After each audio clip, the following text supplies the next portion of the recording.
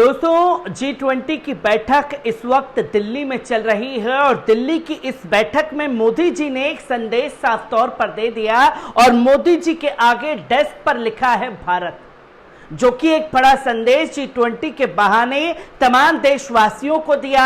तो वहीं इस इवेंट को अगर देखा जाए तो ये G20 का इवेंट नहीं बल्कि मोदी जी का इवेंट बन करके रह गया है, जहां देश के लोग इसे प्रतिनिधित्व कर रहे हैं। पर हर तरफ अगर चर्चा का केंद्र है तो देश के प्रधानमंत्री श्री नरेंद्र मोदी जी का, और यूं कहा जाए कि तमाम देशों के राजनेताओं की तस्वीरें गायब हैं और पूरे दिल्ली में अगर तस्वीर लगी है तो देश के प्रधानमंत्री श्री नरेंद्र मोदी जी की। और ऐसे में जय जयकार जो है देश के प्रधानमंत्री की चारों तरफ हो रही है और गोदी मीडिया के तमाम एंकर इतने उत्तेजित हो उठे हैं कि एक टांग पर डांस करते हुए भी दिखाई दे रहे हैं। और इस उत्तेजना में कौन आ रहा है कौन नहीं आ रहा है, यह तस्वीर आपके सामने स्क्रीन पर है, जहां रिपब्लिक टीवी, जो कि अर्नब गोस्वामी का चैनल है, अर्नब गोस्वामी का चैनल बताता है कि Republic showing UAE president Sheikh Mohammed bin Zayed Al Nahyan and claiming him to be Saudi crown prince Mohammed bin Salman Al Saud, जिसकी तस्वीर आपके सामने इस वक्त स्क्रीन पर है कि सऊदी प्रिंस बता करके यूएई के प्रेसिडेंट को रिपब्लिक ने बताया। अब जो गोदी मीडिया चाटुकारिता में लगा हुआ है, जय जयकार देश के प्रधानमंत्री की कर रहा है, वो कहां यह बता पाएगा कि कौन से नेता आए या कौन से नेता नहीं आए। और जो नेता आए उनके नाम को किसी और नाम से चलाया जाता है। यह है गोदी मीडिया का असली चेहरा, जहां मोहम्मद जुबैर ने ट्वीट करके साफ तौर पर बताया कि lol Arnab Goswami Republic showing UAE president Sheikh Mohammed bin Zayed Al Nahyan and claiming him to be Saudi crown prince Mohammed bin Salman Al Saud, जो कि स्क्रीन पर आपके सामने तस्वीर है। इस तस्वीर को सऊदी क्राउन प्रिंस के नाम से चलाया रिपब्लिक टीवी ने, जो कि उसी के नीचे आप देखेंगे कि तमाम मीडिया, जो न्यूज एजेंसी है ANI, उसने साफ तौर पर इसी तस्वीर को दिखाया और वो बताता है कि UAE crown Prince and President Sheikh Mohammed bin Zayed Al Nahyan arrived in Delhi to attend G20 summit। अब सोचिए कि कितना बड़ा झोल जो है और इंटरनेशनल बेइज्जती भारत सरकार की कराने पर अर्नब गोस्वामी उतारू है, जो कि चाटुकारिता की इस हद में यह भी भूल गया कि यूएई के प्रेसिडेंट आए हैं, सऊदी अरब के नहीं। इसी के साथ साथ कई तस्वीर, कई पहलू जो हैं इसके सामने आ रहे हैं। तो वहीं आप देखेंगे कि आज सुबह G20 समिट में शामिल होने के लिए सऊदी क्राउन प्रिंस आज दिल्ली पहुंचे हैं, जो कि आपके सामने स्क्रीन पर है ये तस्वीर। और इससे पहले कई सारी चीजें सामने आ रही थी कि सऊदी क्राउन प्रिंस जो है इससे पहले कई मीटिंगों में शामिल नहीं हुए हैं, तो इस बार भारत भी नहीं आएंगे। पर इन तमाम तस्वीरों से पर्दा उठ चुका है। सऊदी क्राउन प्रिंस जो हैं वो दिल्ली G20 समिट के लिए पहुंच चुके हैं, जहां G20 में शामिल होने के बाद भारत में ही रहेंगे। Saudi crown Prince PM Modi से करेंगे बैठक, जिसकी तस्वीर आपके सामने है कि सऊदी क्राउन प्रिंस 2 दिवसीय G20 समिट होने के बाद भी एक दिन के लिए खास तौर पर भारत में रुकेंगे, जहां देश के प्रधानमंत्री से कई समझौते होंगे। तो इसी बीच उनकी मुलाकात देश की प्रेसिडेंट राष्ट्रपति मुर्मू से भी होगी, जिसकी तस्वीर आपके सामने स्क्रीन पर है और जिनका इंतजार तमाम लोग कर रहे थे। तुर्की के प्रेसिडेंट और तुर्की के प्रेसिडेंट भी जो हैं इस G20 समिट में शामिल हुए हैं, क्योंकि पहले यह बताया जा रहा था कि तुर्की के राष्ट्रपति भी जो हैं वो शामिल इसमें नहीं होने वाले। पर तुर्की के राष्ट्रपति रसप तैयब अर्दोगान जो हैं वो दिल्ली पहुंचे हैं अपनी पत्नी के साथ, जो कि Turkish president Recep Tayyip Erdogan arrived in Delhi on September 8, यानी कि कल ही तुर्की के प्रेसिडेंट जो हैं वो दिल्ली पहुंच गए, जहां आप देखें कि दिल्ली में लगा शक्तिशाली नेताओं का जमावड़ा। भारत पहुंचे तुर्की के राष्ट्रपति एर्दोगन, जो कि भारत के शक्तिशाली और दिल्ली में लगा शक्तिशाली नेताओं का जमावड़ा, और किस तरीके से अपने आप को दुनिया में साबित तुर्की के राष्ट्रपति ने किया, यह तस्वीर तो दुनिया देख ही चुकी है। इसी के साथ साथ आपको बता दें कि बांग्लादेश की पीएम शेख हसीना भी जो है इस मीटिंग में शामिल होने के लिए भारत कल ही पहुंच चुकी थी।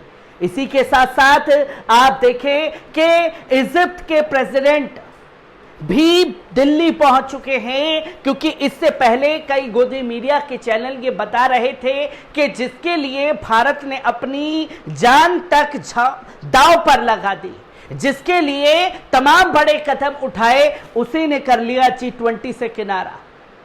अब गोदी मीडिया जिस तरीके से दावे कर रहा था, यह तस्वीर भी आपके सामने स्क्रीन पर है कि मिस्र के यानी कि इजिप्ट के प्रेसिडेंट दिल्ली पहुंच चुके हैं G20 समिट के लिए, जहां president of Egypt Abdel Fattah al Sisi arrived in Delhi on September 8, जिसकी तस्वीर आपके सामने स्क्रीन पर है। पर बात की जाए रसप तैयब अर्दोगान की, क्या कुछ चल रहा है इस G20 में और किस तरीके से घेराबंदी शुरू हो चुकी है। अभी के मुताबिक रूस के लिए यह सबसे बड़ा चिंता का विषय बना है, खासतौर पर भारत सरकार के लिए, जहां आप देखें कि G20 सम्मेलन में हिस्सा लेने के लिए राष्ट्रपति एर्दोगन जी भी सम्मेलन में शिरकत करने के लिए खास मेहमानों और दुनिया भर के ताकतवर नेता दिल्ली पहुंच रहे हैं। इसी कड़ी में एक स्पेशल विमान दिल्ली एयरपोर्ट पर लैंड किया।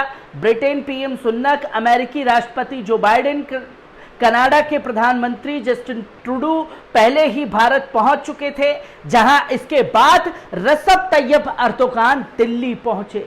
रसप तैयब अर्दोगान भी दिल्ली पहुंचे हैं। इसी कड़ी में अब तुर्की के राष्ट्रपति रसप तैयब अर्दोगान G20 समिट के लिए दिल्ली पहुंचे, जहां भारतीय संस्कृति के मुताबिक स्वागत किया गया।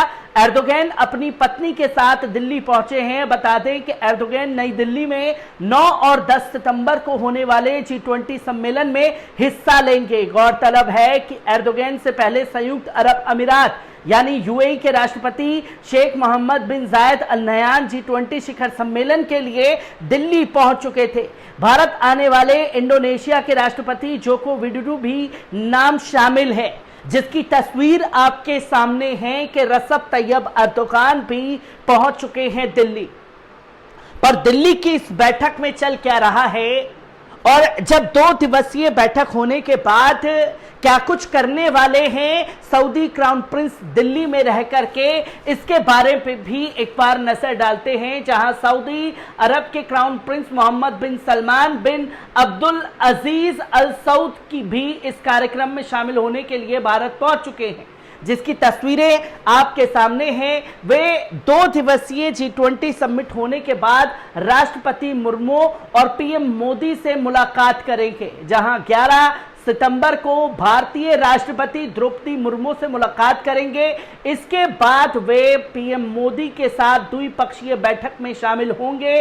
दोनों नेता रणनीतिक साझेदारी परिषद की पहली नेताओं की बैठक की सह अध्यक्षता भी करेंगे। इस बैठक में दोनों नेताओं के बीच राजनीतिक सुरक्षा, सांस्कृतिक, सामाजिक, निवेश, सहयोग और वित्तीय मुद्दों पर भी चर्चा होगी, जिसकी तस्वीर आपके सामने है कि 2-3 दिवसीय दौरे पर सऊदी क्राउन प्रिंस जो हैं वो भारत पहुंचे हुए हैं। इसी के लिए भारत का राजकीय दौरा करेंगे सऊदी क्राउन प्रिंस। विदेश मंत्रालय से जारी एक नोटिस में इस बात की जानकारी दी गई है कि नोटिस में बताया गया है कि Saudi crown prince Mohammed bin Salman 9 और 10 को G20 शिखर सम्मेलन में शामिल होने के बाद भारत का राजकीय दौरा करेंगे। इससे पहले साल 2019 में फरवरी में सऊदी के क्राउन प्रिंस ने भारत का दौरा किया था। लगभग 2019 से हम 3 से 4 साल बाद सऊदी क्राउन प्रिंस जो है वो भारत आए हैं। कितनी कुछ तस्वीरें बदल चुकी हैं जो कि आपके सामने हैं, और किस तरीके से दबदबा भारत सरकार का सऊदी अरब पर बढ़ेगा और किस तरीके से सऊदी अरब का दबदबा भारत पर बढ़ेगा, ये तस्वीरें भी देखने वाली होंगी जो कि आपके सामने हैं। पर इस बैठक में चल क्या रहा है?